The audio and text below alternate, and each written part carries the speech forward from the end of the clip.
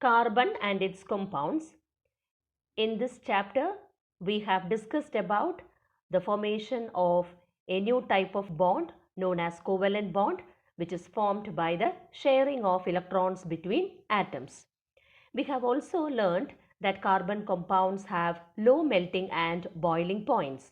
What is the reason? It is because of the weak intermolecular forces of attraction. We also know that carbon compounds are poor conductors of electricity. What is the reason? It is because carbon compounds are covalent compounds, or the type of bond present in carbon compounds is covalent bond. And we know that a covalent bond is formed by the sharing of electrons between atoms. Since electrons are shared between atoms, charged particles will not be formed. Since charged particles are not present in carbon compounds, they are poor conductors of electricity. Carbon can form a large number of compounds. So the versatile nature of carbon is mainly due to two factors, catenation and tetravalency.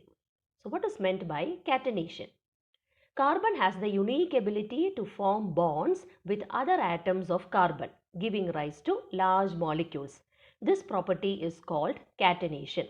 So carbon can form bonds with other atoms of carbon, as a result of which a large number of carbon atoms can be joined together, and this will result in the formation of large molecules. And what is that property known as catenation?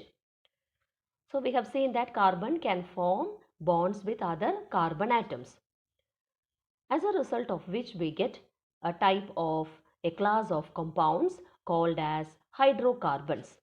What are hydrocarbons? These are compounds of carbon in which the elements present are only carbon and hydrogen. So hydrocarbons are of two types, called as saturated hydrocarbons and unsaturated hydrocarbons. Saturated as well as unsaturated hydrocarbons contain only carbon and hydrogen as elements. Now what is the difference between saturated and unsaturated hydrocarbons? In saturated hydrocarbons, also known as alkanes,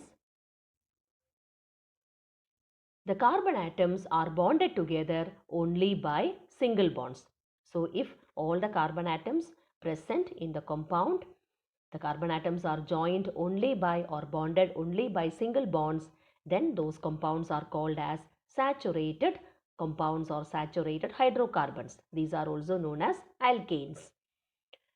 Now we have unsaturated compounds.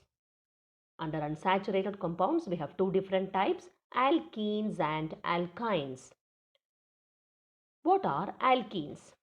Alkenes are those compounds or hydrocarbons in which the carbon atoms are joined together or bonded together by double bonds. So if carbon-carbon double bond is present in a compound, it can be called as an alkene. Now what are alkynes? These are compounds in which the carbon atoms are bonded together by triple bonds. If triple bonds are present between carbon atoms, then we get alkynes. So these are the three different types of hydrocarbons. Let us now consider the next factor, that is tetravalency.